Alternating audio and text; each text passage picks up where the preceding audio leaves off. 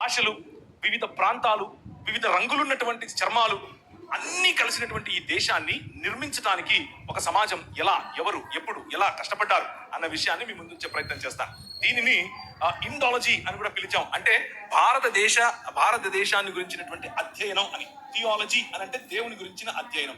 అలాగే బయాలజీ అంటే జీవమును గురించిన అధ్యయనం. అలాగే ఇండాలజీ అంటే ఇండియాను గురించిన అధ్యయనం. అంతే, సింపుల్, రైట్? సో ఇండియాను గురించినటువంటి ఈ అధ్యయనంలో ముందు మనకొక పర్స్పెక్టివ్ కావాలి, మనకొక దృక్పథం కావాలి, మనకొక పారాడైమ్ కావాలి. పారాడైమ్ అని అంటే ఆలోచన విధానం. ఈ పారాడైమ్ లో ఈరోజు మనకు ఒక షిఫ్ట్ వచ్చే అవకాశం ఉంది.